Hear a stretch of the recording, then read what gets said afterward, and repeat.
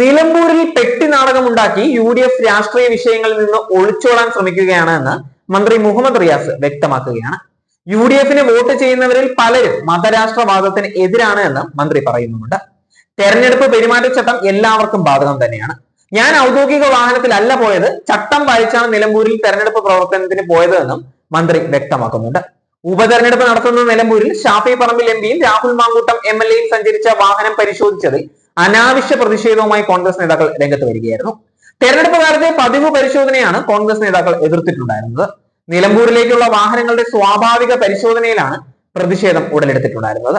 ഉദ്യോഗസ്ഥരോട് കയർത്താണ് ഷാഫി പറമ്പിൽ MPയും രാഹുൽ മാങ്കൂട്ടം MLA സംസാരിച്ചിട്ടുണ്ടായിരുന്നത്.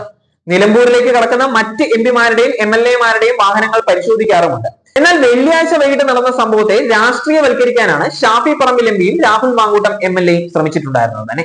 അതേസമയം ആവേശമായിരിക്കുകയാണ് സ്വരാജിന്റെ തെരഞ്ഞെടുപ്പ് പര്യടനം. മൂത്തേടം ചുങ്കത്തറ പഞ്ചായത്തുകളിലാണ് പര്യടനം നടന്നിട്ടുണ്ടായിരുന്നത്. 100 കണക്കിന് പേരാണ് ഓരോ സ്വീകരണ കേന്ദ്രങ്ങളിലും എത്തുന്നത്. മൂത്തേടം ചുങ്കത്തറ പഞ്ചായത്തുകളിലാണ് പര്യടനം നടക്കുന്നത് തന്നെ. വാഹന റാലിയായാണ് സ്വരാജ് ഓരോ സ്വീകരണ കേന്ദ്രങ്ങളിലേക്ക് എത്തിയത്. മറ്റ് സംസ്ഥാനങ്ങൾക്ക് കൈവരിക്കാൻ സാധിക്കാത്ത നേട്ടങ്ങൾ ഇടതുപക്ഷ സർക്കാരിന്റെ നേതൃത്വത്തിൽ നേടിയെടുത്ത കേരളം രാജ്യത്തിന് മാതൃകയാണ് എന്ന് സ്വരാജ് പറഞ്ഞിരിക്കുകയാണ്.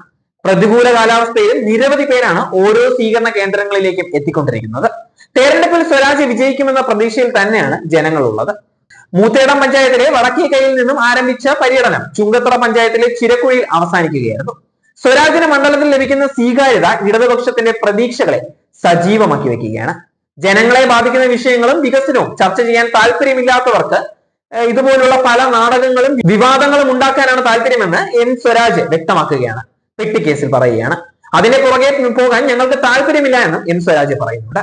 തന്റെ വാഹനം പരിശോധിച്ചതിനെ കുറിച്ച് ഷാഫി പറമ്പിൽ MP നടത്തിയ പരാമർശങ്ങളെ കുറിച്ച് ശക്തമായി തന്നെയാണ് സ്വരാജ് പ്രതികരിച്ചിട്ടുണ്ടായിരുന്നത്. വാഹനം പരിശോധിക്കുക എന്നത് തെരഞ്ഞെടുപ്പ് ഉദ്യോഗസ്ഥരുടെ ഒരു നടപടിയുടെ ഭാഗമാണ്.